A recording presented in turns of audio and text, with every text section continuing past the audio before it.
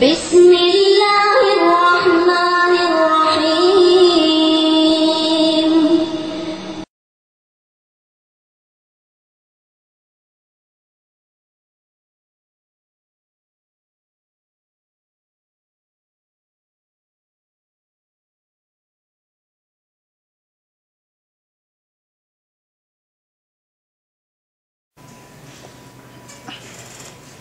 جیسا کہ ابھی صاحب فرما رہے تھے کہ فقہ کے بغیر عدالتی نظام نہیں چل سکتا. یہی بات ہم اپنے دوستوں کو سمجھاتے ہیں اور یہی بات برقرار ہم کہتے ہیں کہ فقہ کے بغیر دین اور عمل نہیں ہو سکتا. جو شخص فقہ کا منکر ہے وہ دین کامل کا منکر ہے. فقہ کے بغیر کوئی انسان نماز کی ابتدا بھی نہیں کر سکتا تو پورا دین کہاں سے وہ پیش کرے گا. اسی لیے ہم نے یہ سیمینار شروع کیے ہیں. آپ حضرات میں سے بہت سارے احباب کو علم ہوگا کہ پچھلے مہینے 11 دسمبر کو ہم نے امام اعظم ابو حنیفہ سیمینار منعقد کیا اور الحمدللہ اس پر ہمارے احباب اور دوستوں نے بہت اچھے تاثرات پیش کیے کہ ایسے سیمینار ہونے چاہیے اور ان سیمینار کا فائدہ ہے کیونکہ بہت سارے لوگ ایسے بھی آپ کو معاشرے میں ملیں گے جیسے علامہ صاحب فرما رہے تھے کہ جھوٹے الزام لگا کر عوام کو گمراہ کرتے. تو جب عوام کو پہلے ہی سے پتہ ہوگا کہ اصل حقیقت کیا ہے تو وہ پھر جھوٹے الزامات سے متاثر نہیں ہوں گے. اور الحمدللہ امام اعظم ابو حنیفہ سیمینار کی جو ہم نے تقریبات شروع کی ہیں وہ ملک میں بہت اس کو پذیرائی مل رہی ہے اور بہت سارے احباب کا تقاضا ہے. الحمدللہ اسلام آباد میں 2 مرتبہ امام اعظم ابو حنیفہ سیمینار منعقد ہو چکا اور ابھی لاہور میں ہم نے منعقد کیا. 2 مرتبہ فیصل آباد میں سیمینار ہو چکا. ابھی 21 جنوری کو حافظ آباد میں, پھر 22 جنوری کو گجرانوالہ میں, پھر 26 جنوری کو سرگودا میں, اسی طرح پھر 12 فروری کو راولپنڈی میں امام اعظم ابو حنیفہ سیمینار منعقد ہو رہے ہیں. دعا فرمائے کہ اللہ تعالیٰ ہمیں اپنے بڑوں کی اہمیت خود ماننے اور دوسروں سے منوانے کی توفیق عطا فرمائے. اس لیے کہ جو اپنے بڑوں کا بے ادب یا گستاخ ہوتا ہے اسے ہدایت نہیں ملتی. ہماری کوشش یہ ہے, ہماری محنت یہ ہے, ہم امت مسلمہ کے دلوں میں اپنے بڑوں کا ادب و احترام بٹھائیں. بڑوں کی بات ماننے میں خیر ہوتی ہے اور بڑوں کی بات کا انکار کرنا یہ انسان کے لیے بھٹکنے کا راستہ ہے, ہدایت کا راستہ نہیں. اب میں ایک درخواست کروں گا چودھری عنایت اللہ محمد صاحب سے کہ وہ آگے تشریف لیں. ہمارے مجمع میں موجود ہیں اور مولانا ریاض محمد صاحب کے عزیز ہیں, کزن ہیں, ان کے عمر میں بڑے ہیں. میں ان سے درخواست کروں گا کہ آگے تشریف لیں. ہم نے چونکہ اعلان بھی کیا تھا کہ سیمینار 11 بجے شروع ہوگا اور ہماری کوشش ہے کہ انشاءاللہ ہم اس کو 1 اور 1:30 کے درمیان اس کو مکمل کر دیں. تو انشاءاللہ آخری خطاب, آخری بیان جو تفصیلی بیان ہوگا وہ اتحاد اہل سنت والجماعت کے مرکزی ناظر اعلیٰ حضرت مولانا محمد الیاس بھنگل دامت برکاتہ فرمائیں گے. اس کے بعد انشاءاللہ باجماعت نماز ادا کریں گے اور نماز کے بعد آپ تمام حضرات کے لیے کھانے کا انتظام ہے تو اس کھانے میں بھی شریک ہوں اور باجماعت نماز بھی پڑھیں اور دعا بھی فرمائیں. اللہ تعالیٰ ہمارے ان سیمینارز کو قبول فرمائے اور امت کی ہدایت کا سبب بنائے, امت کو گمراہی سے بچانے کا سبب اور ذریعہ بنائے. اب تشریف لاتے ہیں حضرت مولانا محمد الیاس بھنگل, متکلم اسلام, سفیر احناف حضرت مولانا محمد الیاس بھنگل. اور یہ بھی یاد رکھیے کہ جنوری سے ہم نے ایک نیا رسالہ شروع کیا ہے الفقیہ. یہ الفقیہ رسالہ آپ کو انشاءاللہ آخر میں دیا جائے گا اور باہر اسٹال میں بھی موجود ہے. تو ہم تو یہ درخواست کریں گے کہ اس رسالے کو زیادہ سے زیادہ آپ لے کر عوام میں پھیلائیں تاکہ جو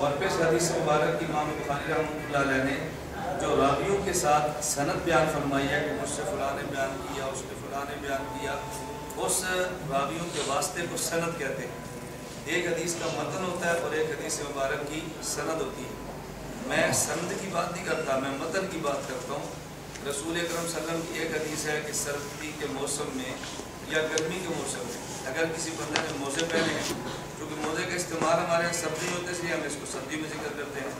جسے عربی میں کہتے ہیں مسح الخفین، موزے پر مسح کرو۔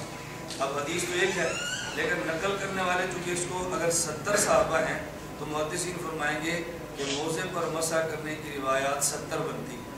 حدیث ایک ہے، نقل کرنے والے 70۔ تو جو حدیث کا متن ہے اس متون کے اعتبار سے بعض محدثین نے کہا 4000 بنتی ہے، بعض نے کہا 6000 بنتی ہے، بعض نے کہا 10000 بنتی ہے، اور ایک اور یہ ہے کہ 50000 بنتی ہے۔ اب آیات کو دیکھیں تو 6500 کے لگ بھگ، احادیث کو دیکھیں تو 50000۔ اب یہودیت اور عیسائیت کی طرف سے بہت بڑا اعتراض یہ ہے کہ آپ حضرات کہتے ہو کہ قرآن کریم اور یہ حدیث مبارک اور دین کامل ہے، ان میں قیامت تک آنے والا جب بھی کوئی مسئلہ پیش آئے گا تو آپ کو جواب ملے گا۔ مسائل ہم بتاتے ہیں، تم قرآن کریم کی آیت پڑھ کے جواب دے دو۔ مسئلہ ہم بتاتے ہیں، تم حدیث مبارک پڑھ کے اس کا جواب دے دو۔ یہ ان کا بہت بڑا ایک اعتراض تھا، اور یہ اعتراض کیوں تھا؟ یہ ہمارے کے اعتراض کے جواب میں بطور رد عمل کے اعتراض آئے۔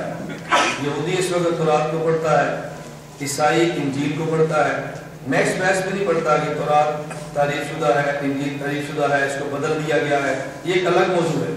ہم صرف انہی کو اتنی بات کہتے ہیں، اگر تورات اور انجیل تعریف شدہ نہ بھی ہو، ہمارے موجودہ حالات کے اعتبار سے تورات اور انجیل مکمل مسائل میں رہنمائی نہیں کرتی۔ ہمیں مسائل پیش آتے ہیں، تورات اس کا حل نہیں دیتی، مسائل پیش آتے ہیں، انجیل اس کا حل نہیں دیتی۔ جب ہم مسائل پیش کرتے ہیں تو رد عمل میں عیسائی بھی کہتے ہیں کہ مسائل پیش آتے ہیں، تمہارے قرآن میں بھی جواب نہیں ہے، مسائل پیش آتے ہیں، تمہاری حدیث میں بھی جواب نہیں ہے۔ تو اگر یہ بنیاد ہے تورات انجیل کے ناقص ہونے کی، تو یہی بنیاد اگر قرآن اور حدیث مبارک اور دین کے ناقص ہونے کی بنیاد ہے، ہم مسائل پیش کریں گے تو اس کا جواب دے دو۔ مثال کے طور پر میں چاہتا ہوں کہ مسائل پیش کرتا ہوں وضاحت کے لیے، آپ حضرات کی الجھن دور ہو جائے۔ کیا ایسے مسائل بھی ہیں کہ جن کا تذکرہ قرآن کریم کی حدیث مبارک میں صاف لفظ میں موجود نہیں؟ آج کے دور میں ہمارے یہاں جدید پیش آمدہ مسائل تھوڑے نہیں ہیں، بہت سارے مسائل ہیں، اور میرا خیال ہے مسائل گنیں گے تو شاید گنتی زیادہ آپ کر لیں، اور اس کا جواب اگرچہ فقیہ اور مفتی دے گا، لیکن مسائل گنتی میں مسائل کو گننے کے اعتبار سے اعداد و شمار آپ کے پاس زیادہ ہو۔ مثلا آج کے دور میں مسئلہ پیش آتا ہے آزار کی پیوند کاری کا۔ ایک آدمی کا بائی پاس آپریشن ہے، تو کہتے ہیں جی اس کا فلاں رگ جو ہے فلاں جگہ سے کاٹ دو اور فلاں جگہ پہ لگا لو۔ ایک جگہ سے عضو کو کاٹ کے دوسری جگہ پہ لگانا یہ حلال ہے تو قرآن کی آیت پڑھ دیں، اگر حرام ہے تو قرآن کی آیت پڑھ دیں، حلال ہے تو حدیث پڑھ دیں، اگر جائز ہے تو حدیث پڑھ دیں، ناجائز ہے تو حدیث مبارک پڑھ دیں۔ اس پر آپ قرآن کریم کی آیات دیکھیں گے تو صریح آیت نہیں ملے گی، حدیث مبارک اگر دیکھیں گے تو صریح حدیث نہیں ملے گی۔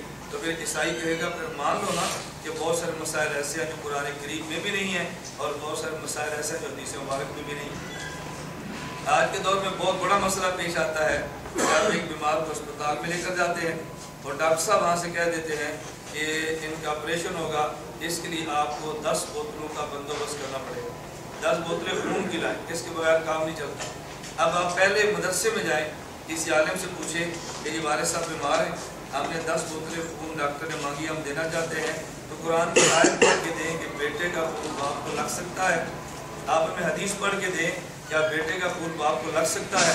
اب یہ آپ کو قرآن کریم میں بھی نہیں ملنا، حدیث مبارک نہیں ملے گا، تو عیسائی کہتا ہے پھر مان لو نا قرآن کریم اور حدیث مبارک اور دین میں تمہارے سارے مسائل موجود نہیں ہیں۔ پہلے دور میں لوگ نماز پڑھتے، امام نماز پڑھتا، مقتدی سن لیتا، لوگ کم ہوتے، اگر مجمع بہت بڑھ جاتا تو مکبر کے ذریعے امام کی آواز کو پیچھے پہنچا دیا جاتا، نماز ہو جاتی۔ لیکن ہمارے آج کے دور میں سہولت ہے، اب امام تکبیر کہتا ہے اور مکبر کی ضرورت نہیں ہے، آپ نے مائک پہ اللہ اکبر کہہ دیا، 1 لاکھ بندے نے لاؤڈ سپیکر پہ آواز کو سنا، آپ نے لاؤڈ سپیکر کی آواز سن کے اللہ اکبر کہا، تو آپ کی نماز ہو جائے گی۔ آپ قرآن کی آیت پڑھیں اور اس میں لاؤڈ سپیکر کی بات کریں، آپ حدیث مبارک پڑھیں اور اس میں آپ آیت کی بات کریں۔ تو جب یہ مسئلہ قرآن حدیث میں نہیں ملے گا تو عیسائی کہے گا ہم کہتے نہ تھے تمہارے دین میں مسائل پورے موجود نہیں، تمہارا دین بھی ناقص ہے۔ اس نے میں صرف چند ایک مسائل کی نشاندہی کر رہا ہوں، اور ہمارے آج معاشرے میں ایک بہت بڑا مسئلہ پیش آ رہا ہے، یہ شادیوں کے حوالے سے۔ مسئلہ کیا ہے؟ ایک ہی خاندان کے بہت سارے افراد بیرون ملک ہیں، اسی خاندان کے بہت سارے افراد کسی اندرون ملک پاکستان میں ہے، لڑکا لاہور میں ہے اور جس لڑکی سے نکاح کرنا چاہتا ہے اپنے والدین کے ساتھ انگلینڈ میں ہے۔ اگر لڑکا وہاں باہر ہے تو لڑکی والے یہاں پر ہے۔ بس اوقات ہمارے اس دور میں ویزے کے حوالے سے ایسے مسائل پیش آتے ہیں کہ نہ یہ وہاں جا سکتا ہے نہ لڑکی کو لا سکتے ہیں، اور بہت سے لوگ آپ نے دیکھیں کہ نکاح ہو گیا، اب ان کے کاغذات مکمل کرو، اس پر ویزا لگے گا، پھر باہر جائیں گے۔ اب بتائیں اگر ایک بندہ ایک جگہ پر ہو اور ایک بندہ دوسرے ملک میں ہو، لڑکی اور لڑکے کا ملک الگ ہے، مجلس ایک نہیں ہے، تو کیا ٹیلی فونک نکاح جسے کہتے ہیں، ٹیلی فونک نکاح ہو جائے گا یا نہیں ہوگا؟ آپ قرآن کی آیت پڑھیں یا حدیث مبارک پڑھیں تو عیسائی کہے گا کہ جدید دور میں تمہارا قرآن اور تمہارا حدیث ہمارے مسائل میں ساتھ نہیں دے رہا۔ اب یہ جو بہت بڑا ان کا اعتراض تھا اور یہودیت عیسائیت کا بہت بڑا چیلنج ہے، تو آپ بتائیں اس چیلنج کا جواب آپ کے پاس کیا ہوگا؟ ہم نے اس چیلنج اور اس اعتراض کا جواب دینے کے لیے آج کا سیمینار منعقد کیا ہے۔ اگر یہ بات سمجھ آ جائے کہ فقہ اور مقامی فقہ کسے کہتے ہیں تو آپ میں سے ہر بندہ اس اعتراض کا جواب بڑی آسانی کے ساتھ دے سکتا ہے، بشرطے کہ اعتراض کو سمجھا اور اس اعتراض کا جواب بھی سمجھا۔ میں گزارش کر رہا تھا کہ بہت سارے افراد ہماری گفتگو کو نہ سمجھنے کی وجہ سے سمجھتے ہیں کہ شاید انہوں نے جو مسائل شروع کیے ہیں یہ کوئی مولویوں کی باہمی لڑائی ہے، یہ شاید کوئی مساجد کی باہمی لڑائی ہے، یہ شاید کوئی فروعی اختلافات کو ملک کو الجھانا چاہتے ہیں۔ مسئلہ یہ نہیں ہے۔ آپ بتائیں جو عیسائیت کے ساتھ ہماری بحث ہے یہ فروعی بحث نہیں ہے، اصولی بحث ہے۔ ہمارے دین پر جو بھی اعتراض ہوگا اس اعتراض کا جواب دینا ہمارے ذمہ ہے، اور ہمارا میں ایک معذرت کے ساتھ کہتا ہوں بہت بڑا المیہ یہ ہے، ہم اگر مسائل اسباب کی وجہ سے اپنی بات کو الیکٹرانک یا پرنٹ میڈیا پر نہیں کہہ سکتے تو ہمارے پاکستان کا بہت بڑا طبقہ کہتا ہے۔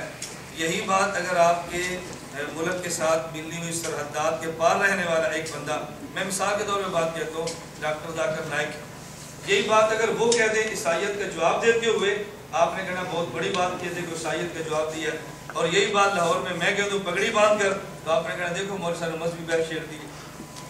یعنی اسی اعتراض کا جواب اگر وہ 3 پیس سوٹ پہن کر دے دیں تو لوگ کہتے ہیں بہت بڑی بات ہے کیونکہ ڈاکٹر ہے، اور یہی بات اگر میں پگڑی اور رسول اکرم صلی اللہ علیہ وسلم کا مصنون لباس پہن کر جواب دے دوں تو آپ حضرات یہ دیکھو مولوی نے کون سی بحث شروع کر دی۔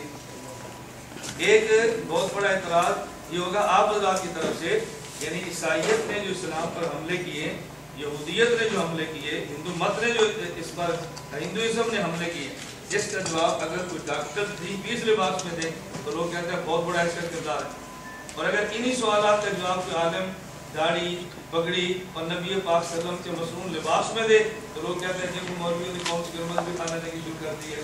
یا تو ان کی بات کو بھی غلط کہو اور یا تو نبی جواب اگر وہ دیتے ہیں ایک عالم دے تو ہمیں اس جواب پر بہت زیادہ خوش ہونا چاہیے۔ توجہ اپنی طرف رکھیں، یہ مسئلہ کن کا ہے؟ ان کا جو علماء نہیں اور جو ہمارے علماء حضرات و علمی برادری ہے ان کی طرف سے جہاں مسئلہ پیش ہو جائے گا۔ اگر آپ عیسائیت کے چیلنجز کا جواب دینے کے لیے الیکٹرانک میڈیا کا سہارا لیں گے تو ہمارے طبقے نے کہنا ہے یہ آپ نے کیا کر دیا، دیکھو آپ ویڈیو پر آگے، آپ کی CD بن گئی، آپ چینل پر آگے، آپ نے حرام اور نجائز کام کر دیا۔ اس چینل پر تو یہودی کو آنا چاہیے تھا، اس میڈیا پر تو عیسائی آتا، اس میڈیا پر تو مرزائی آتا، وہ لوگ اپنے عقائد بیان کرتے، یہ کیا کہ تم نے اس کے اوپر آپ پر جوابات دینے شروع کر دیے۔ اب بتاؤ جس محاذ پہ اسلام دشمن اعتراض کرے گا اسی مقام پہ کھڑے ہو کے ہمیں جواب دینا حق ہے ہی؟ جب چینل پر اعتراض ہوں گے تو جواب چینل پر ہوگا، جب اعتراض ان کے میڈیا پر ہوں گے تو جواب میڈیا پر ہوگا۔ ابھی عجیب بات، اعتراض کرنے والا چینل پر بیٹھا ہے اور میں مسجد بیٹھ کر اس بندے کو جواب دیتا ہوں کہ جس کی چینل تک دسترس نہیں ہے۔ ہمارا چونکہ تعلق اور ایک معاشرے سے نہیں ہے، بحیثیت عالم ہماری فکر بین الاقوامی سطح پہ ورلڈ لیول پہ سوچا گیا ہے کہ دنیا بھر میں جہاں بھی مسلمان کو مسئلہ پیش آئے ہماری ذمہ داری بنتی ہے کہ بحیثیت عالم اور مسائل کا حل امت کے سامنے پیش کریں۔ یہ جو میں نے مختصر سی تمہید پیش کی ہے یہ بات سمجھانے کے لیے کہ ہمارے آج کے سیمینار کو اس تناظر میں نہ دیکھیں کہ یہ مسلمانوں کے باہمی اور فروعی اختلاف ہیں، اس تناظر میں دیکھیں کہ یہ عالم اسلام اور عالم عیسائیت کے مابین جو ہونے والے اعتراضات اور مکالمات ہیں یہ ان کا جواب ہے۔ اس بات کو ذہن میں رکھنا بہت ضروری ہے۔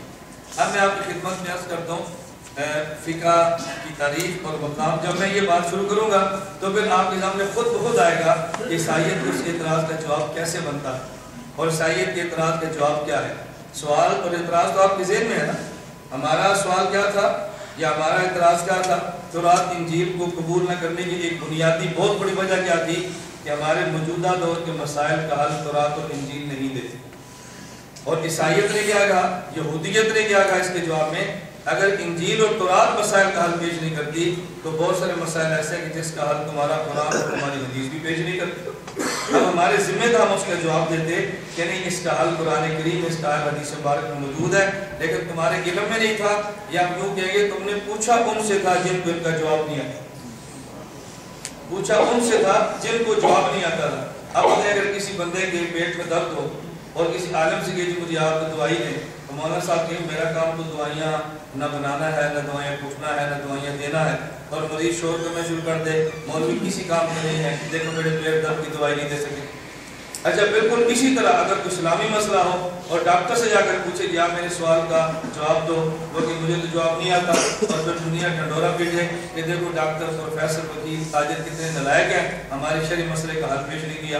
بھائی کپڑا چاہیے تو تاجر موجود ہے، جوتی چاہیے تاجر موجود ہے، عدالت میں کیس درج کر وکلا موجود ہے، اگر آپ کی کوئی جسمانی عارضہ ہے تو ڈاکٹر موجود ہے، اور اگر شریعت کا کوئی مسئلہ پیش ہو تو پھر علماء، دارالفتہ اور دینی مدارس موجود ہیں۔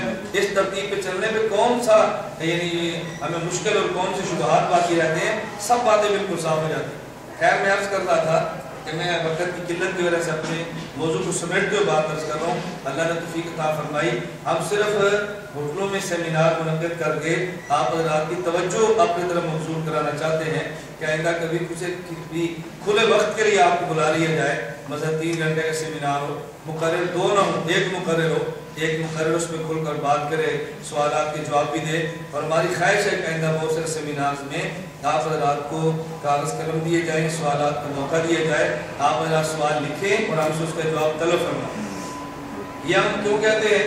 میں نے کہا جو بین الاقوامی سطح پروپیگنڈا ہے نا، علماء خلا بہت عجیب ہے۔ میں ابھی گزشتہ ہفتے میں وہاں دبئی اور شارجہ سفر پہ تھا، تو ہماری ملاقات ایک ایسی جگہ پر ہوئی جو دبئی میں ڈاکٹر ذاکر نائک صاحب کے میزبان تھے، کوئی عاصم میمن، وہ ہمارے میزبان تھے۔ میں بہت ساری باتیں جو یعنی نجی میٹنگ کی وہ تو آپ کے سامنے نہیں رہتا، لیکن ان کا ایک ذہن یہ تھا کہ مولانا صاحب وہ جب بیان ہوتا ہے لوگ سوال کرتے ہیں اور ڈاکٹر صاحب جواب دیتے ہیں۔ میں نے کہا میں آپ سامنے بیٹھا ہوں، آپ کوئی سوال کرو اور میں آپ کے سوال کا جواب دیتا ہوں، آپ سوال کرو میں جواب دیتا ہوں۔ چند ایک سوال کیے تو ان کو بڑا تعجب ہوا۔ میں نے کہا وجہ صرف یہ ہے کہ آپ نے ہمیں میڈیا پر دیکھا ہی نہیں ہے، یہ یوں کہہ رہے ہیں کہ ہمارے پاس اتنے وسائل نہیں ہیں کہ ہم میڈیا پر آئیں، اور جس دن اللہ رب العزت ہمیں وسائل عطا فرمائے آپ حضرات دیکھیں کہ ہم میڈیا میں کس طرح کر اپنی بات کو پیش کرتے ہیں انشاءاللہ۔ جتنے وسائل موجود ہیں ہم اس کے مطابق چلے ہیں۔ ہمارا لاہور میں مستقل اسٹوڈیو اور ریکارڈنگ سینٹر یہ زیر تعمیر ہے، آپ دعا فرمائیں اس کی تعمیر مکمل ہو۔ ہمیں بہت سارے احباب کہتے ہیں، میں کہتا ہوں کہ ہمارا بھی دل کرتا ہے الحمد سے لے کر بناس تک پوری قرآن کی تفسیر بیٹھ کے ایک جگہ پہ ویڈیو ریکارڈ کرا دیں، لیکن کوئی ریکارڈنگ سینٹر تو ہو نا۔ میرا بھی دل کرتا ہے صحیح بخاری پوری ریکارڈ کرا دیں اور آپ اس کو نیٹ پر گھر بیٹھ کر دیکھیں، لیکن کوئی اس کے لیے ریکارڈنگ سینٹر تو ہو نا۔ مجھے ایک ساتھی میرا باہر کا سفر تھا تو مجھے کہنے لگا، میں بہت ساری باتیں نہیں کہتا، فلاں ڈاکٹر صاحب کو دیکھیں، فلاں پروفیسر صاحب کو دیکھیں کہ ان کی تفسیر بھی نیٹ پر ہے اور ان کی حدیثیں بھی نیٹ پر ہیں اور ان کے جو ہے فلاں محاضرات بھی نیٹ کے اوپر ہیں، آپ حضرات کسی کیوں نہیں ہیں؟ میں نے کہا ان کی خوش قسمتی اپنے موضوع کے عنوان سے یہ ہے ان کو ایسی قوم مل گئی ہے جنہوں نے ان کو اخراجات برداشت کر لی ہیں۔ دعا کرو مجھے بھی ایسی قوم مل جائے، ہم بھی انشاءاللہ اس کے لیے تیار ہیں۔ تو یہ دعا کرو اللہ میں اس کو اسباب عطا فرمائے، اور آپ حضرات کسی کوئی شخص بھی ہمارے ساتھ کسی قسم کا بھی تعاون کرے، ہم دعا بھی کرتے ہیں، کوشش بھی کرتے ہیں۔ اور ابھی مجھ سے قبل جو آپ نے دیکھا مولانا، میں ویسے وضاحت کرنا چاہتا ہوں، مولانا قائد صاحب اعلان فرما رہے تھے، میرے قدر یہاں تشریف لائے تو آپ ذہن میں ہوگا کہ مولانا یہ کہ برادری تعصب سے کام لیا ہے، بھائی کو بلا لیا ہے ہمیں نہیں بلا، یہ بات نہیں ہے۔ جب میں پہلے سال مدرسے پڑھنا شروع ہوا اور میری حالت نہایت مالی کمزور تھی، تو مجھے پہلے سال آخری سال تک میرا مالی اخراجات جنہوں نے برداشت کیے ہیں، تو جب لوگ مجھے سننا شروع کریں تو میں آپ کا کیا خیال ہے میں کو بھول جاؤں؟ آپ نے تو مجھے اب دیکھا ہے نا، ہماری وہ زندگی جو نہایت مشکلات کی تھی آپ کے علم میں تو نہیں ہے نا، تو میں ان لوگوں کو کیسے بھول سکتا ہوں؟ میں گزارش کرتا ہوں یہ ہمارے خمیر میں نہیں ہے کہ جو مشکل وقت میں کسی کے ساتھ ہے اس کو بھول جائے۔ نبی کریم صلی اللہ علیہ وسلم کی شان والی ہے لم یشکر اللہ من لم یشکر الناس، جو بندہ لوگوں کا مشکور نہیں ہوتا وہ اللہ کی بھی شکریہ کبھی ادا نہیں کر سکتا۔ اللہ ہم سب کو بعد میں مل کر تعاون کے ساتھ کام کو جاری رکھنے کی توفیق عطا فرمائے۔ میں نے تمہید میں شاید بات لمبی کہہ دی ہے، حالانکہ گفتگو ایسی ہے کہ اس پر 1 گھنٹہ تمہید کا چاہیے، پھر 1 گھنٹہ دلائل کا چاہیے، پھر ہم کھلے آپشن آپ کو دیں کہ آپ اپنے سوالات کریں اور ہم سے اپنے آپ جوابات طلب فرمائیں۔ میں نے گزارش شروع کی ہے، بس یہ ذہن سے نکال دو کہ میڈیا پر اس بندے کا کام ہے جو 3 پیس سوٹ میں ہے اور جو حضور کے مصنون لباس میں ہے، وہ میڈیا پر آ کر بات نہیں کر سکتا۔